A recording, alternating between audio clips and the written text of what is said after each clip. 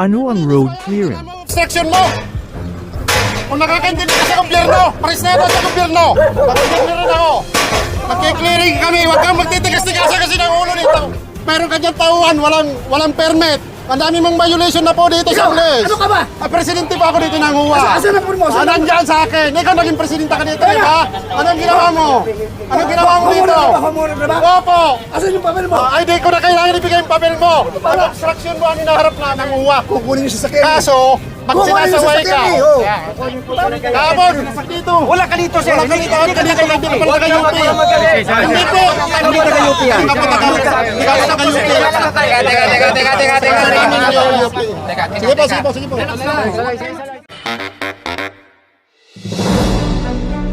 Ito ay direktiba ng national government sa mga lokal na pamahalaan upang i-reclaim o bawiin ang mga pampublikong kalsada o mga bahagi nito na ginagamit para sa pansarili o pribadong kapakinabangan, ginawang paradahan, sinakop ng bakuran, tinayuan ng mga konkretong infrastruktura, at iba pa.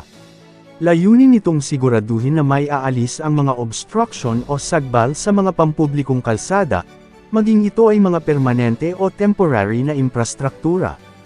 Ng mga lugar ang lokal na pamahalaan kung saan lamang po pwedeng magtinda ang mga street vendor sa pamamagitan ng isang ordinansa. Ang mga toda na nakaparada sa gilid ng kalsada, kasali ba sila sa paaalisin sa road clearing? Itinuturing rin na obstruction ang mga toda na nakaparada sa bahagi ng pampublikong kalsada, kung kaya't kasama rin sila na kailangang paalisan subalit hinihimok ng naturang memorandum circular na magkakaroon ng displacement plan ang mga lokal na pamahalaan para sa mga madidisplace o maapektuhan ng road clearing operations. Dagdag pa rito, ayon sa DILGMC 2020-027, pinahihintulutan ang mga terminal gaya nito sa mga designated areas na itinalaga ng lokal na pamahalaan. Karamihan sa mga naninirahan sa barangay ay walang garahe ang sasakyan kaya sa gilid ng kalsada sila nagpaparada. Alisin ba ang mga sasakyan na ito?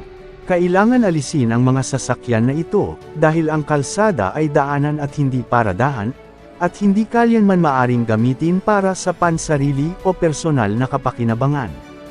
Barangay din ang magpapatanggal ng mga obstruction sa municipal, provincial and national road. Barangay din ang magtatanggal ng mga obstruction sa municipal, provincial and national road. Isinasaad sa DILGMC 2020-027, kailangan lamang makipag-ugnayan ng barangay sa ahensya ng gobyerno o pamahalaang lokal, bayan, lungsod, o probinsya, na nangangalaga at nagmi-maintain sa nasabing kalsada bago magsagawa ng road clearing operations. Kasama ba ang mga punong kahoy sa mga aalisin na obstruction, at paano ang pagproseso nito? Kasama ang mga punong kahoy sa road clearing kung ang mga ito ay sumasakop na sa bahagi ng mga pampablaikang kalsada, SUBSLIT kinakailangan muna ng masusing pakikipag-ugnayan sa DENR bago galawan ang mga punong kahoy at siguraduhin na may kaukulang permit para sa pagtabas o pagputol ng mga ito. Kasama din bang tatanggalin o ipagbabawal ang tent sa mga burol na nakakasagabal sa kalsada?